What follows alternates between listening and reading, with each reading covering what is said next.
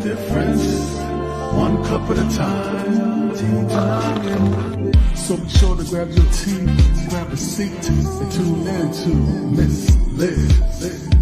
Tea time, making a difference, one cup at a time. Tea time, yeah. Tea time, time.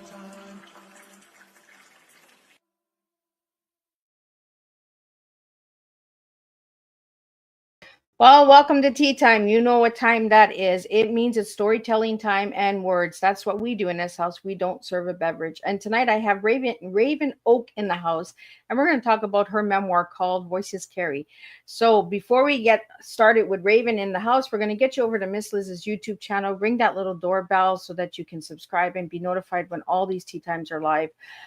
Miss Liz is closing up in December after 5 long years, but you can still continue to watch these Tea Times, pass them around, get their books out there, get their services out there, because Miss Liz wants to encourage you all to keep checking out all of these Tea Times. So tonight I'm going to do a different type of tea. Tonight's tea is technology, education, and artistic. That's the tea we're serving. That's the tea that Raven has sent to me. So we'll be talking about that, and we'll be talking about her book as well called Voices Carry. So let's get started with the disclaimer, the bio, and then let's get Raven in here and let's spill some fun tea tonight with all of you guys. Disclaimer for Miss Liz's Tea Time live show. Miss Liz myself is going live using StreamYard. Before leaving a comment, please grant StreamYard permission to see your name at StreamYard.com. Please be advised that the content brought forward for any Tea Time show hosted by myself, Miss Liz, is always brought forward in good faith. However, may bring forward dialogues and opinions that are not representative of my platform. The facts and information are perceived to be accurate at the giving time of airing. All Tea Time guests and audience participants are responsible for using their good judgment and taking any action that may relate to the discussion. The content brought forward may include discussions for some where they may be emotionally at risk. It's significant to know that the show is engaging in discussion forums only to offer and inspire awareness and connection, and is not providing therapeutical advice. If you have any questions about this disclaimer or the panelist discussion, you may freely contact me, Miss Liz, through my email at bookingmissliz@gmail.com. Moving forward, should you choose to voluntarily participate in tonight's show in any aspect, I myself, Miss Liz, welcomes you. And should you decide that the show is not made for you at this time, I respect those wishes, and we'll see you at a later show at a later date and time. And again, all regular Tea Time shows are done on a Thursday, 3 p.m. and 7 p.m. Eastern Standard Time. If you see a Monday, Tuesday, Wednesday, and even a Friday, which is coming in next week, I believe, is a special surprise or rescheduled Tea Time, because that's how Miss Liz rolls. So now a little bit on my guest. Well, who is Raven Oaks? Well, Raven Oaks is a multiple international award-winning spectacular fiction author. Raven Oaks, they is best known for her award-winning epic fantasy and space opera novels. She also has many short stories published in anthologies and magazines. She's even published on the moon. Her memoir, Voices Carry, focuses on her life growing up, teaching and writing as a disabled, non-binary queer in Texas. Besides being a writer and an artist, she enjoys getting her game on, indulging in cartography. I'm going to get her to say that. I'm for some or starting at the ocean. She lives in Seattle area with her wife and their 3 kitties who enjoy lounging across the keyboard when writing deadline approach. Let me get Raven in here. Let me get her to say that word, because I can't stand when I can't do that. Welcome, Raven. Thanks for having me. That word is cartography. Cartography. See, you the tongue twisters, man. Some of you just give me these words that I can't. I'm gonna be saying that all night long now. Cartography. Cartography. Cartography. It's the study of maps. Oh, well, look at that. I love looking at old maps, but I also love making maps. It's been a hobby of mine since I was like 10 or so. So that is what that little word is. Oh, well, look at that. I'm telling you, you guys keep me on my toes all the time. So Raven, let's get started. Who was Raven as a little girl, and who's Raven now? Oof. Well, I mean, I like to tell people, when people ask me, when did I become a writer and how did I become a writer? I tell them that it goes back to that little girl me, because child me, I told lies all over the place. And it wasn't necessarily that I intended to lie as much as my imagination got the better of me. And so, if I fell out of a tree and tore my shirt, I knew I'd get in trouble for doing that. We were poor, and shirts, you didn't tear clothing. So instead of I fell out of a tree, which sounds boring, it was, well, I was battling these bad creatures that had climbed up a tree and were trying to hurt a kitten, and I rescued a kitten, and as I was rescuing the kitten, my shirt tore. And so I like to tell people, child me was a liar, and adult me is I get paid to lie. Well, I think, Raven, that's just a big imagination. I think we need to bring imagination back. I agree. So, who is Raven now as a grown woman? I think I have the coolest job in the world in that I am paid to use my imagination and to tell stories. And when I think about where we're at in the world right now in this moment, especially those of us in the United States and those of us to the north of us nearby looking and going, oh dear, we need those stories.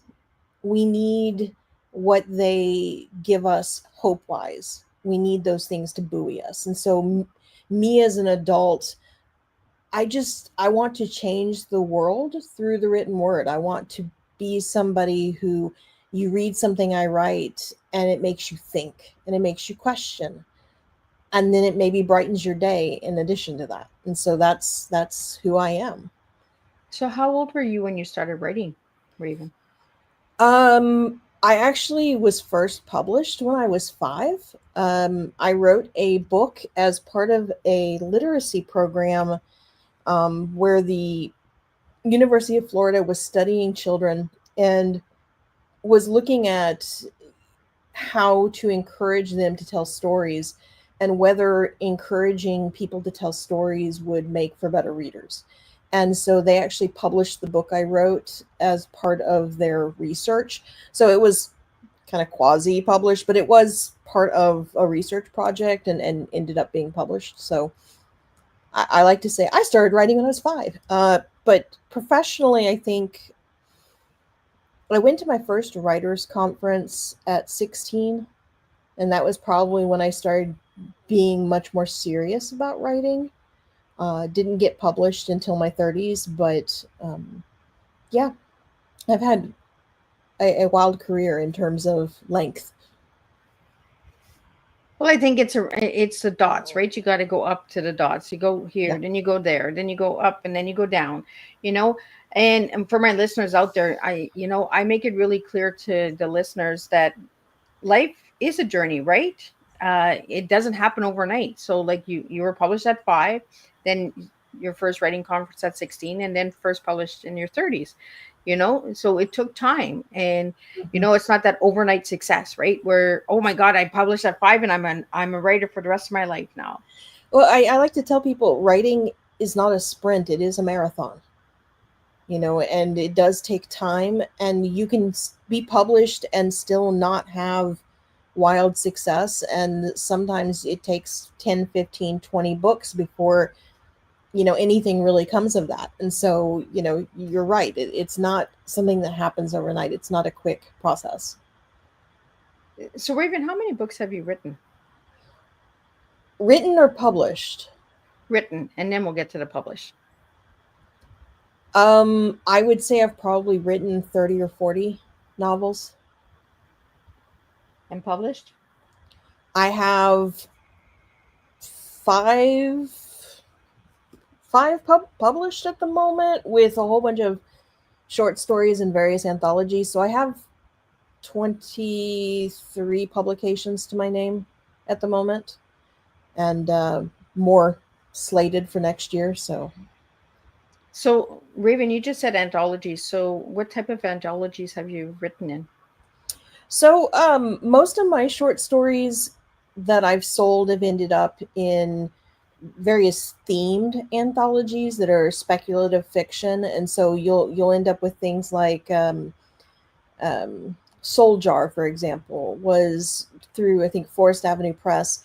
It was an anthology that focused on stories by disabled authors.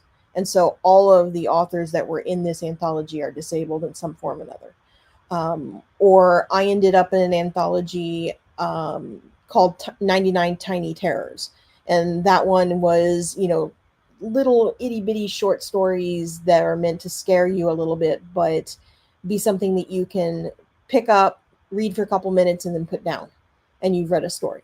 And there are 99 of them in that anthology. So things like that. So it's kind of like the Tales of the Crypts, right? Yeah. If any of my listeners out there want to check out any of the anthologies, can they find them online? Absolutely. I know that you're probably going to post my link everywhere, but ravenoak.net, if you go to my website, there is a link on there that says full bibliography, and you can see all of my publications. And that way you can click on that and get to whatever anthology or novel you're interested in. And they're all available at bookstores everywhere. So it just kind of varies on what country you're in, which store you would go to find it. But yeah, there's a lot of stores and a lot of social media stuff. And remember, before we went live, I said I'm going to ask you about something. So I'm going to just take you off track a little bit from the writing sure. books. But I found you on Ko-fi, or Coffee. I always call it Ko-fi, and it's sort of like you getting caught up on cartography. I've been told that it's coffee. It's meant to, because you're helping somebody pay for their coffee by donating on there. I started it and I haven't really played with it much. Apparently you can do things like put something on your website where if somebody likes what they're reading, they can like throw $1 at you, and it's like kind of like a tip jar. Oh, so something like Patreon. Yeah. And I went ahead and parked my name on there and was like, I'm going to get to that. And then I haven't gotten to it yet. So eventually, yes, I will. I love that you say that, Raven. We park ourselves on social media because I got onto Blue Sky, and I think I put like 3 posts on there, and I'm just like, I got to get back on Blue Sky. Like, I got to get here. I got to get there. But I just park myself somewhere. And I love that you said that, park ourselves on social media, right? Like wherever we go. So I noticed on your website, when people go to your website, the ravenoak.net, they'll see like on the bottom all the social medias. And that's where I found that little cup. Mm-hmm. And I was just like, I haven't seen that one before, so I need to find out about that one. Yeah, it's pretty much considered like a Patreon or a tip jar. And eventually I'll have more information on there. I just quite haven't yet. See, and this is what I do. I just float a tease all over, right? I just keep spilling like over here and over there. And oh my God. It's all good. So Raven, you talked about disabilities. So do you feel comfortable talking about the disabilities you live with? Yeah, sure. So, disability is a spectrum, like most things in the medical community. I am autistic and I have ADHD, which are considered disabilities, but I also have a birth defect in my spine that I've, obviously had since birth, being a birth defect, but it means that I am slowly losing my ability to feel my legs. And at some point, I will reach a point where I probably won't be able to walk.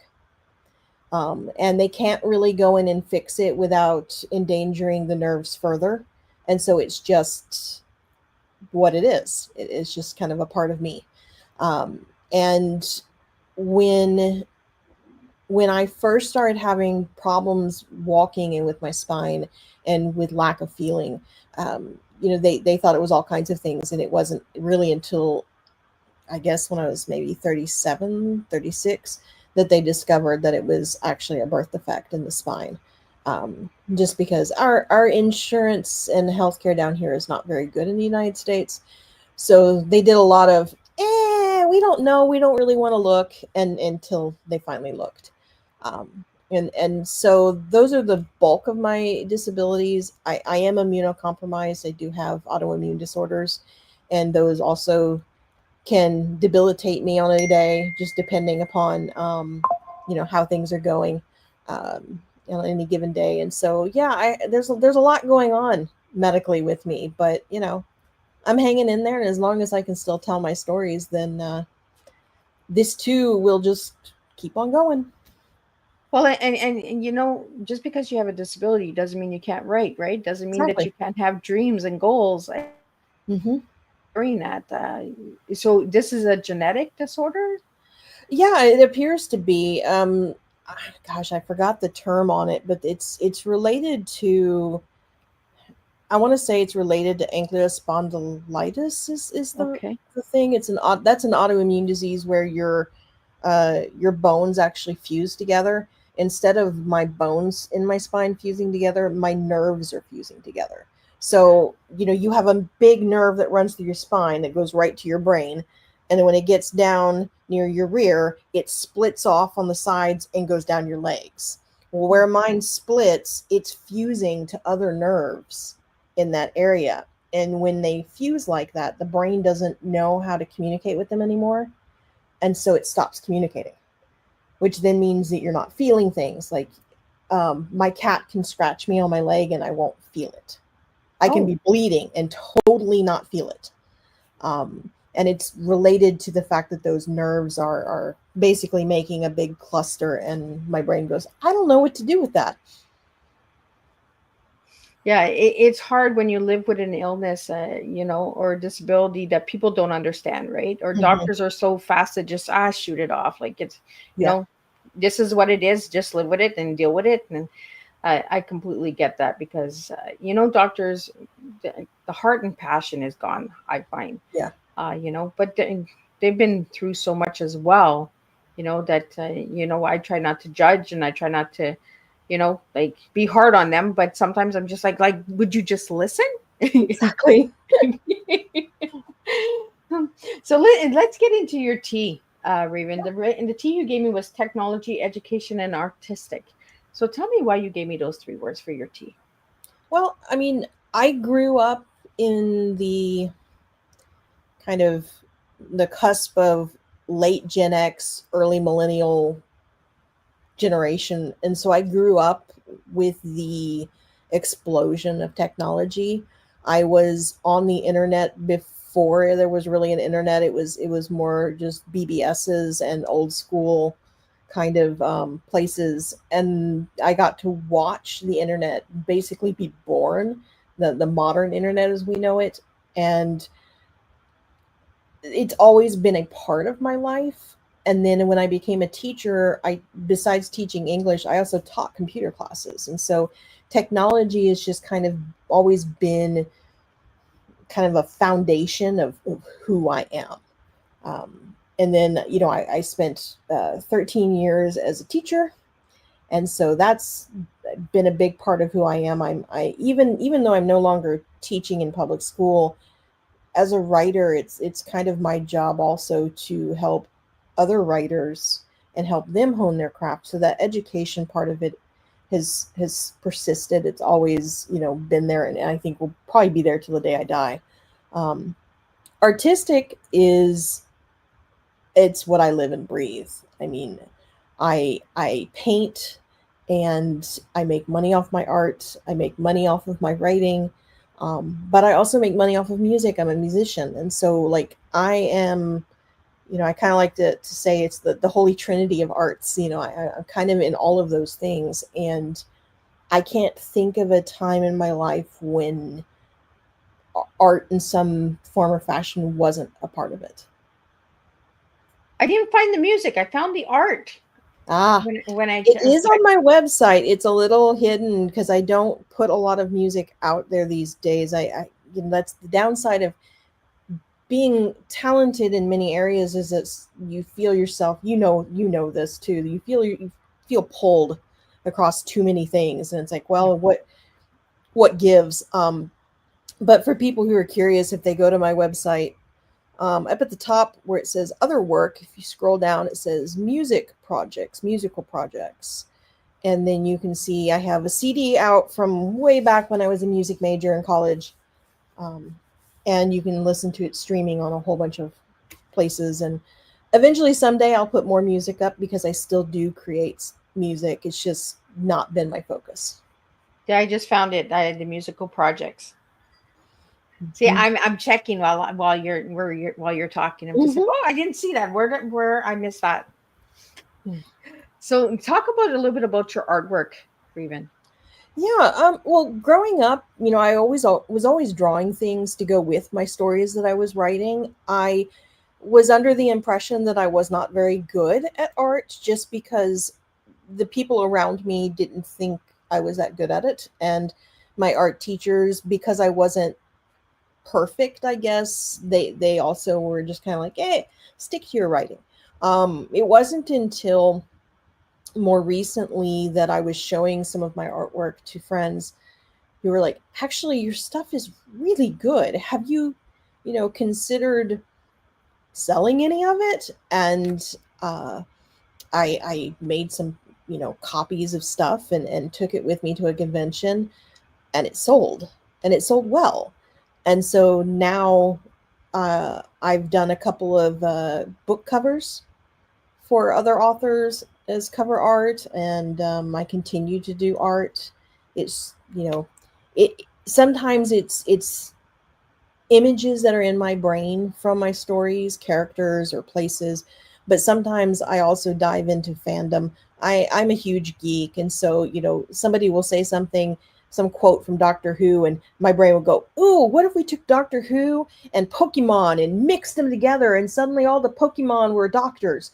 And then my brain goes, "Yes, let's paint that," and then I paint that. So, which I actually haven't painted that, and I just came up with that idea, and I need to remember that actually. Where's your notepad? Right, grab Yeah, your pen, no, grab your notes. Like this is why we need notepads, guys. yeah. Well, Writers and I do have this. my We have notes journals here and pads too. all over.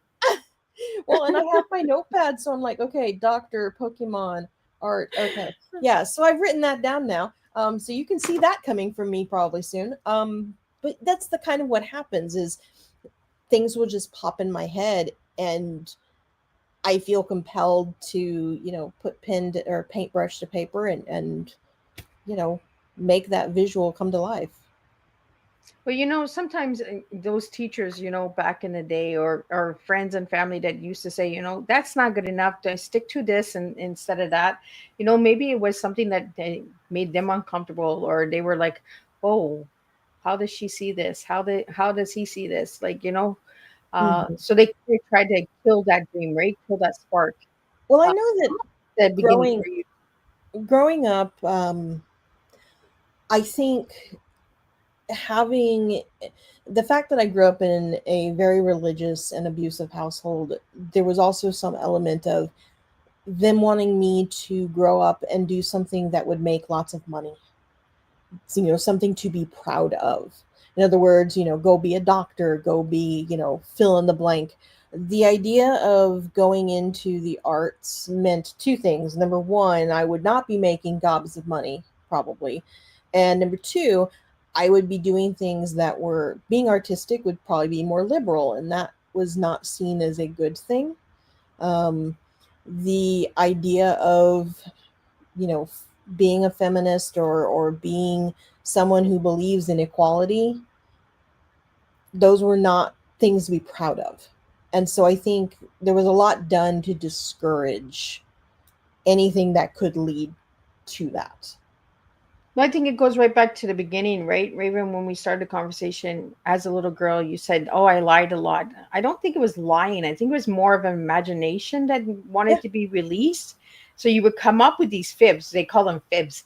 But you know what? It was like having that the movie Drop Dead Fred, right? The imaginary friend where nobody could see him, but Hmm. she had a lifetime of adventures and thrills, and I think that's where artistic people with autism or ADHD or dyslexia or any kind of those Hmm. learning disabilities, I know for myself, I like to go into the rabbit holes, and I like to see Yeah. where the rabbit holes take me, right?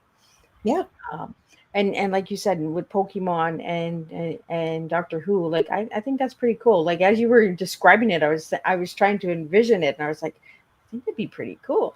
Like I can't wait to see where this is gonna go, right? Well, it's like, could you imagine Pikachu, wearing the Fourth Doctor's scarf and going and jumping in the TARDIS? I mean, to me, that just sounds like, of course.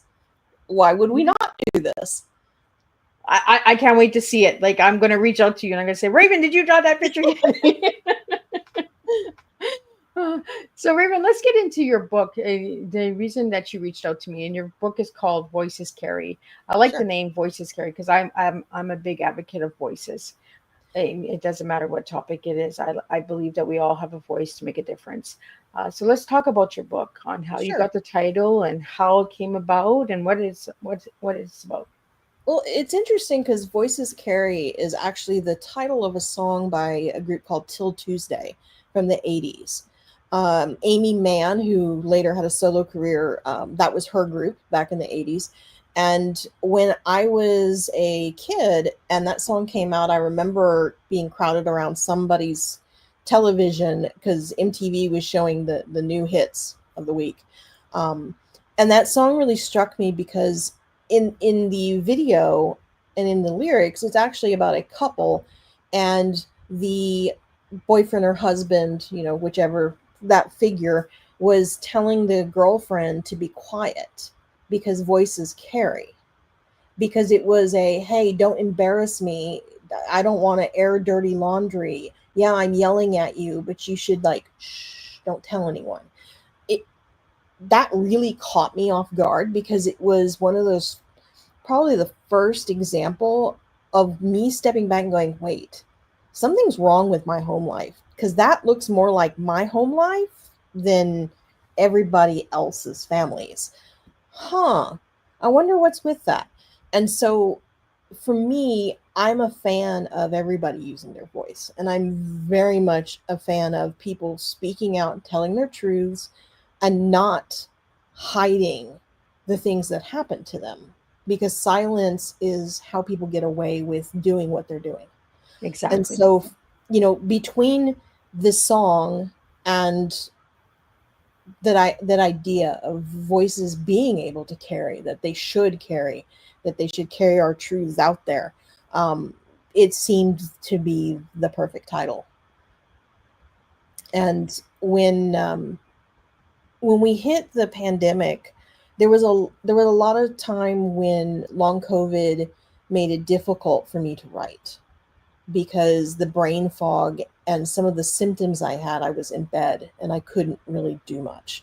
But as I started coming out of that, the things I found myself drawn to writing were nonfiction, because it was easier. For me, it was easier to talk about things that had happened to me than it was to try to make up these massive epic fantasy worlds.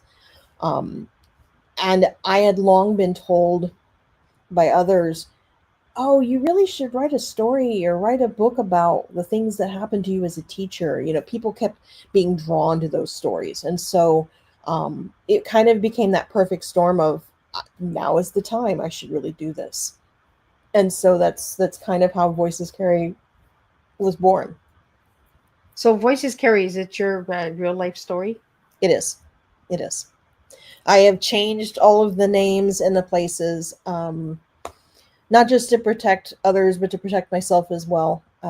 But the things in it are the things that happened to me, um, as a child, but also as a teacher. And, the environments and situations that I found myself in, not just as somebody who's autistic and disabled, but also somebody who's non-binary and queer.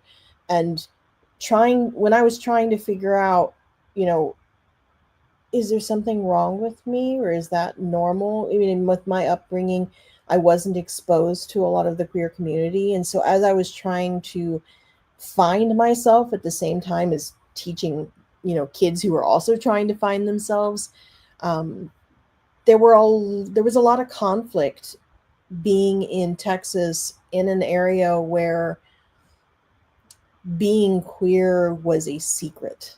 You did not talk about that openly.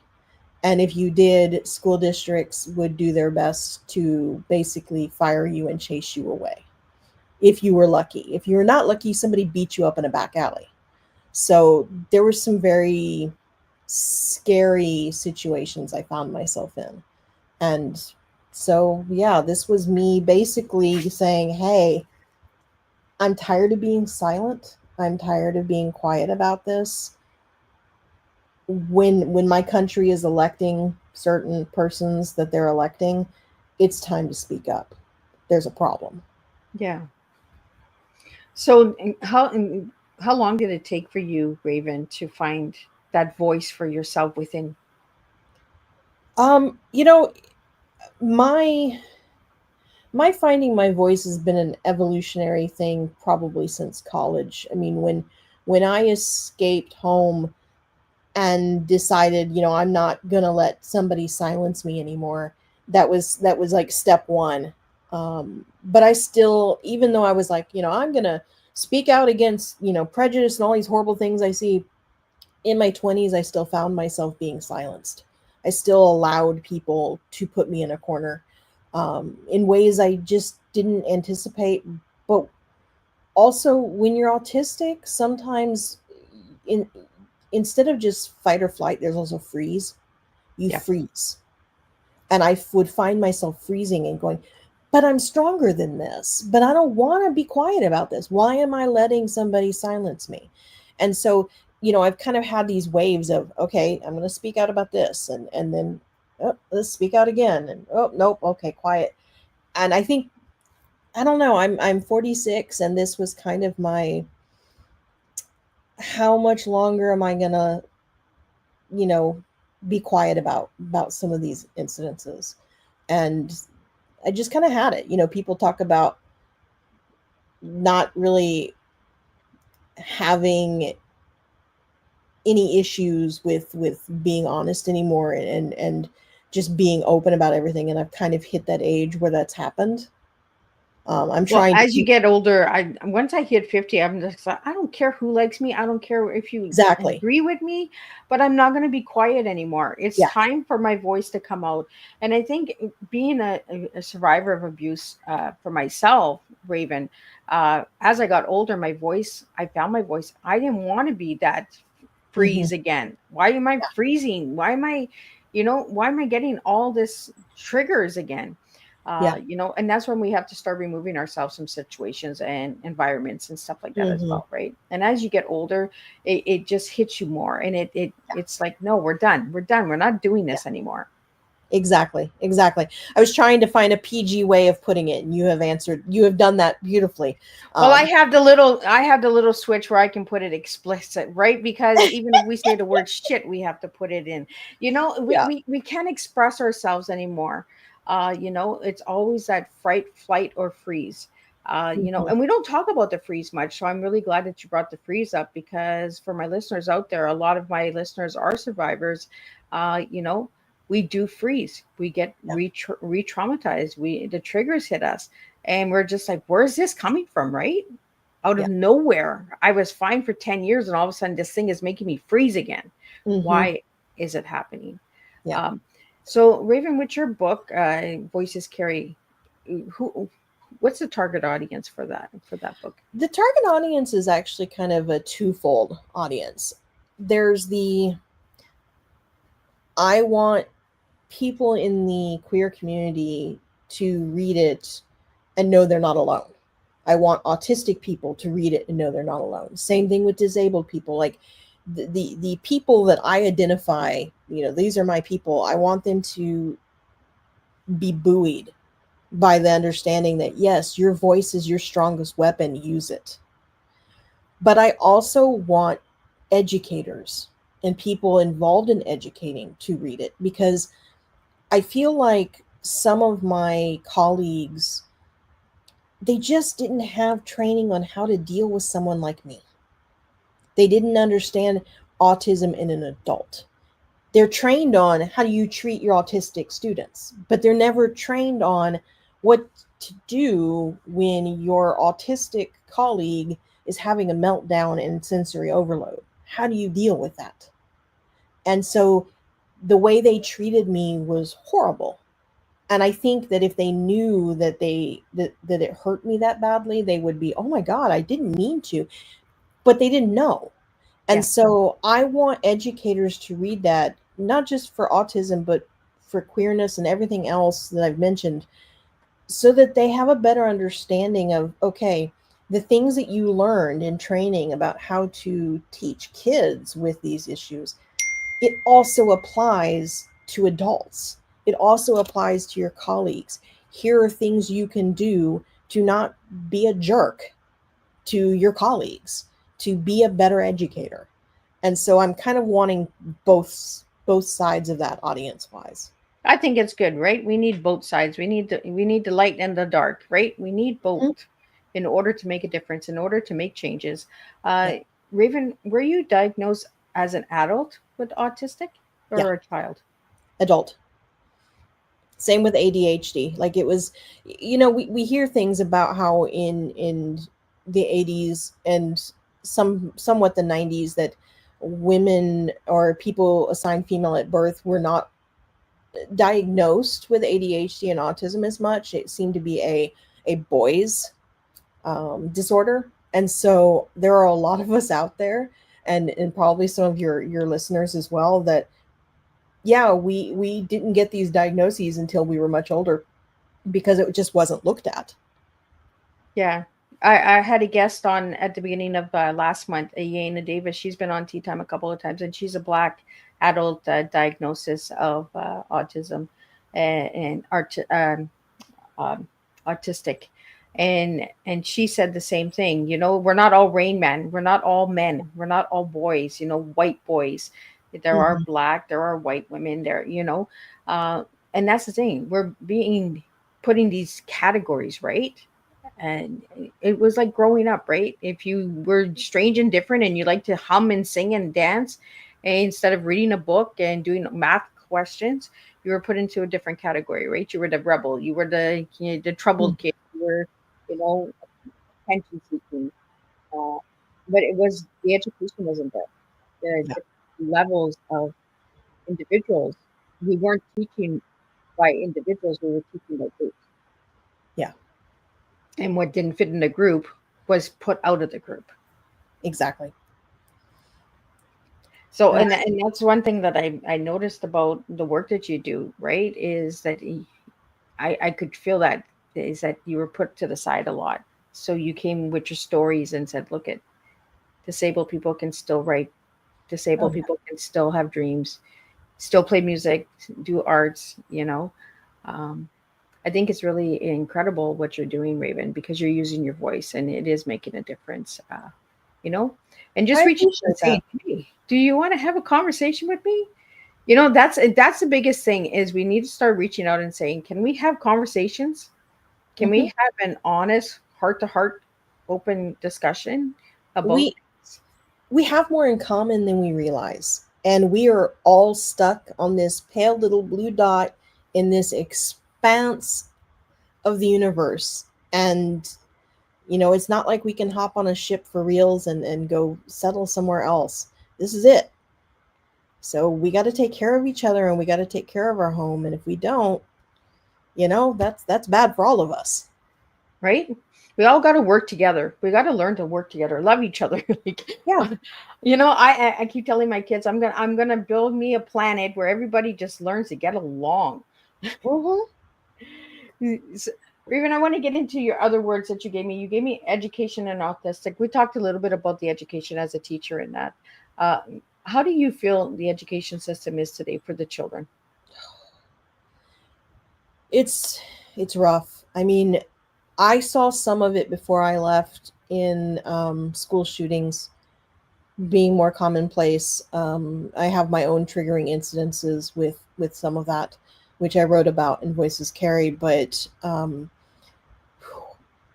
I look now at how many incidences there are in a year with weapons on campus and school shootings and violence, and these poor kids. And then you get into things like, they can't use their name and their chosen gender, because people are being stupid about, everything. They can't be themselves, and they can't do so without fear of, some kind of harm. And I don't know how they do it. I don't know how the kids are okay. I mean, they open their mouths and they say things with their voice, and they educate people in their own ways. And it amazes me they're that strong, because holy smokes, I don't know that I could go through school as a kid now and be that strong. Like I'm amazed by them. Yeah. Yeah, it is a different time of learning, a different time for the children. And this is why I like having these open conversations with guests like you, with all different walks of life, because it gives a different flavor and blend for everything in life, right? That acceptance, right? Just take the time and get to know people, because you might be missing out on an incredible person because the ignorance is there, right? Yeah. Yeah. I want to get into the word that you gave me, because I asked you to give me one word to describe yourself, and you gave me eccentric. I love that word. So why that word? You know, I am that weirdo, that oddball, the person who has hobbies and joys and loves that are just, all over the place. Someone might look at me and go, "Oh yeah, okay, you've got a funky haircut and, stuff, and it's blue hair, so you're obviously an artist of some sort." And I'm like, "Yeah, but, as it came up when we were talking earlier, I also love making. I love cartography. But I also am a huge video gamer, and I'm also somebody who I crochet. I love crocheting. Like there's just this like bouncing all over the place level with me and in my interests. And so yeah, it just seems to fit that eccentric is the right word for me. You know what I get from you, Raven? I get from parking on social media platforms to bouncing with different arts and creativity. My oldest loves crocheting, and she says it calms her down, and she Yeah. has ADHD, so Yeah. uh, she doesn't want to accept it, but that's what she has, and the crocheting actually calms her down.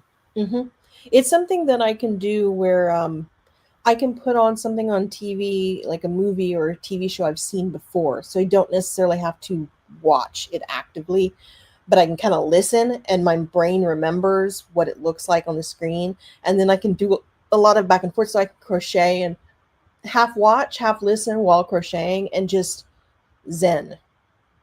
It's a level of zen. So let's get into that word that I couldn't pronounce at the beginning of the show. Let's talk about that a little bit, because I love maps. Cartography. Cartography. Cartography.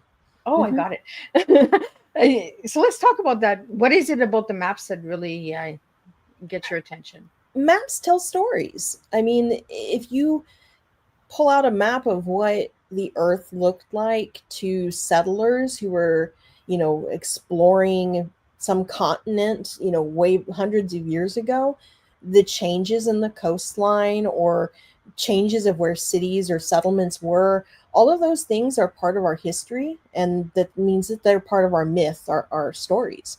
And so I can look at those kinds of maps and it's like, oh, this is really cool. I wonder what they would think of, this now, thinking about those kinds of connections is how I come up with stories. I think a lot of science fiction and fantasy authors, that's kind of what we're doing is looking at, oh, what would it be like if, if the Civil War took place in space? Oh, wow, that's totally different. Or, all of those different kinds of questions, but they all come from, our histories. We look at back to look forward. And so that's kind of my fascination with maps, is that same idea of looking back to think forward.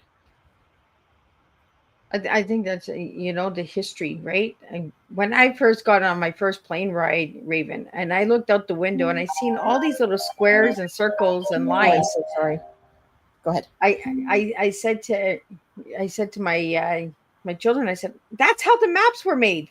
Mom got to see the maps in the sky because all of the different areas and all that were all broken up. I always wondered how they made maps, and I was like, they had to have taken a plane ride to take these pictures to create the maps. Yeah. uh, there's so much story behind things in history, right? hmm uh, so if you could go to any planet, Raven, where would you go? You know, Jupiter.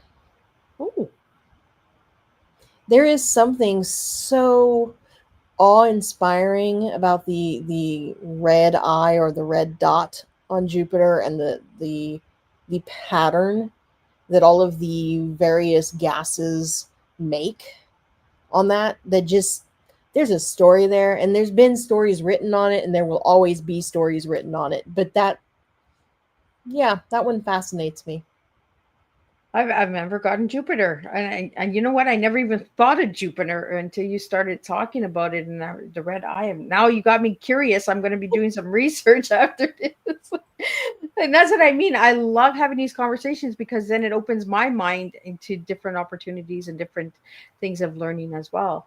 I always think of Venus or Mars. I always want to go to Mhm. Mars. I don't know why I want to go to Mars, but I want to go to Mars. I think Mars it's is the Mars chocolate bar that I think of. Like, Well, Mars is fascinating too. I mean, we know that there was water on our moon, and we suspect that there was water on Mars. We've looked at things that look like potentially what used to be frozen oceans. I mean, we've seen some of that, and so yeah, there's definitely stories on Mars too, and I could see why a lot of people would pick Mars yeah, I don't know. Maybe it's just a candy bar. Like, or that.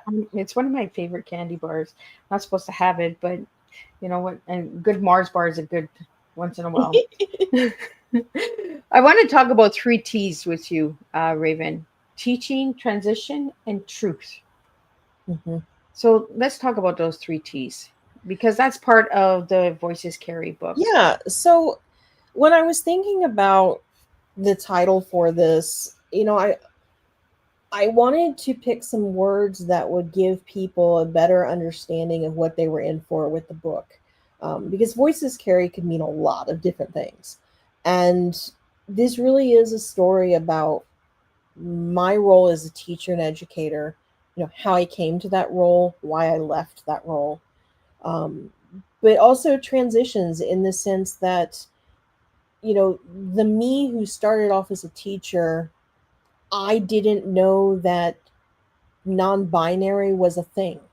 That was not a vocabulary word I was familiar with. And so as I was going through my teaching career and my writing career and figuring out who I was, my transition into my true self as a non-binary person was a part of that and influenced, all aspects of my life, which eventually then led to my truth, my telling my story in a way that could potentially help educate others and help others in their own transitions and figuring out who they are as they then turn around and potentially, speak their truths. And those three terms just really sang to me because of that. And so that's kind of where that came from. So, Raven, talk about your transition a little bit. Was it a hard transition for you? Um, I don't know that it was necessarily hard. I think that in terms of talking to my wife and being like, "Hey, I think I'm non-binary. I don't really think that I'm a woman. I'm non-binary. This is a thing." That was easy because I knew that my wife is an amazing person and she loves me, and that was never going to be a question or change. I know that doesn't happen for everybody. Sometimes, people figure out themselves and then their spouse is like, "Well, you're not the person I married," and then, things end poorly. I wasn't worried about that. I think what made my transition hard was the coming out and saying that to my family, to the people who are incredibly religious, who are very prejudiced and hateful towards the entire queer community, knowing that it was going to cost me my family, that it was more than likely going to be a scenario where I had to go no contact with everybody for my own protection. That was hard. That was probably the hardest thing I've ever done in my life.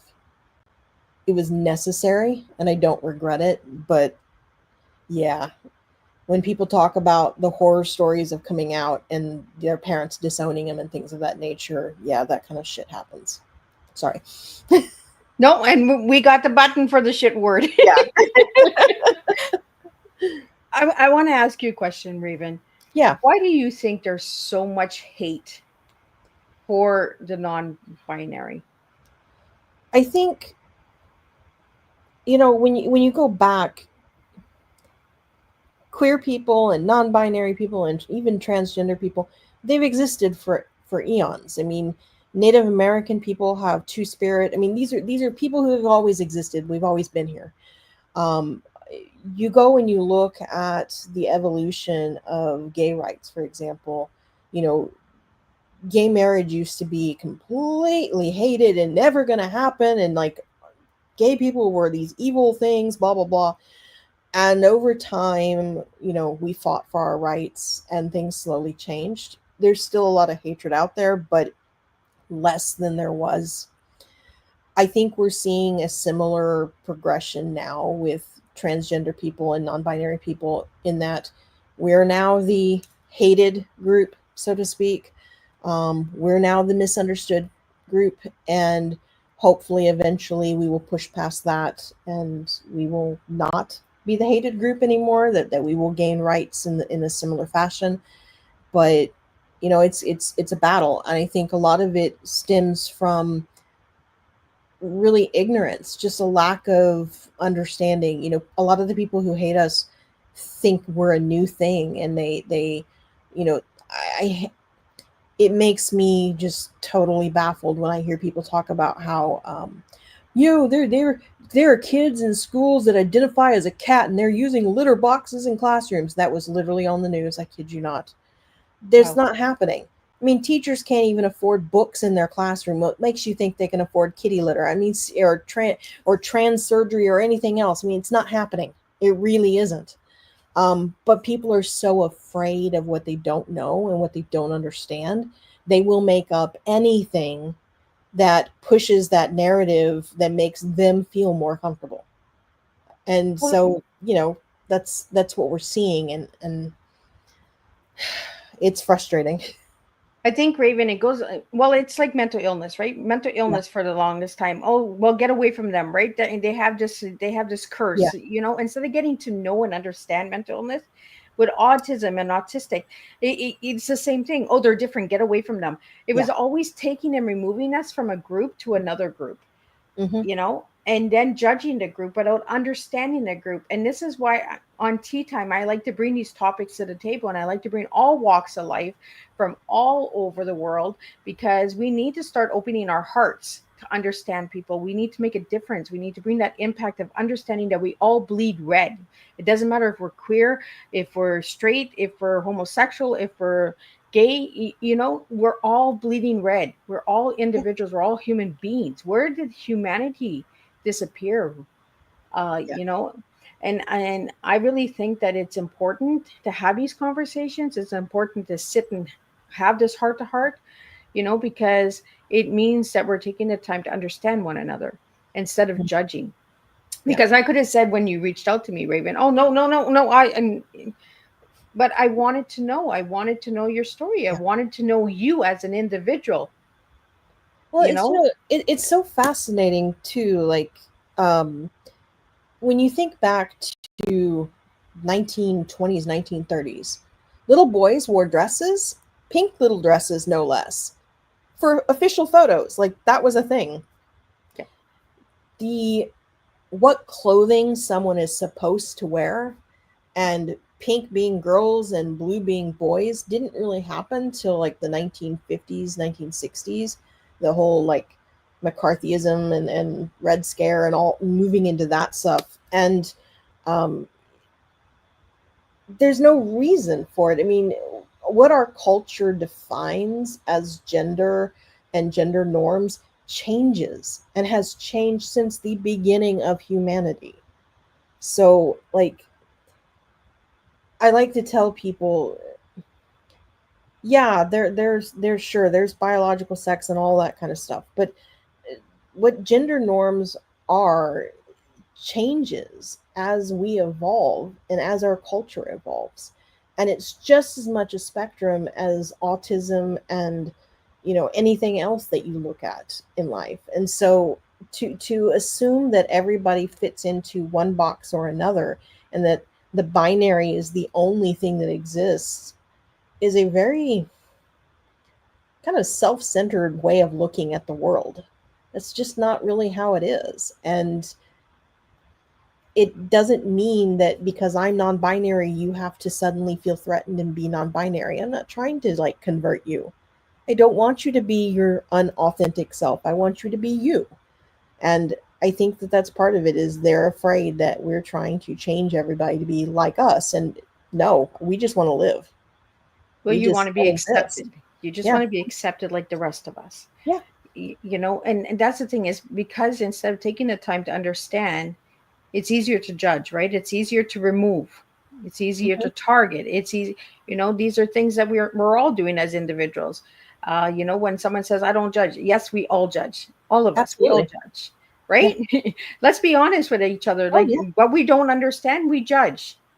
What we don't take the time to understand, we judge, you know. And we need to start having this heart to heart conversations, and we need to start bringing these topics to the table and say, look, I'm not here to change you. I'm here to just say I'm different. I don't fit in your box. Yeah. You know, uh, I'm told that all the time, Miss Liz, you don't fit in the box, and I don't want to fit in your box. Yeah. Miss Liz has her own little tea box that I fit in, and I'm good with that box. You know, um, but I want to wrap it up with I asked you your favorite color, uh, Raven, and you gave me blue. And as everybody can see, Raven's hair is blue. She's wearing blue. Miss Liz is wearing blue. So what is it about the blue? You know, is as much as being born in December apparently makes me a fire baby. I grew up in Florida, and then I was born in California, grew up in Florida, grew up in Texas. I've always lived near water. I'm a water person. I can't help but be water. And there is something about staring out into the blue ocean that is just so calming, and just it makes me aware that that water stretches across an entire planet, that we're all interconnected, that we're all here together.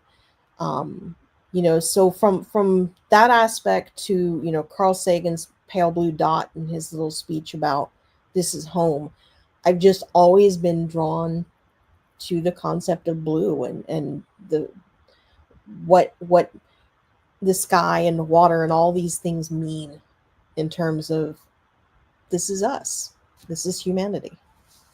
I love that you said that humanity because we need to bring that word to the table more often. Humanity.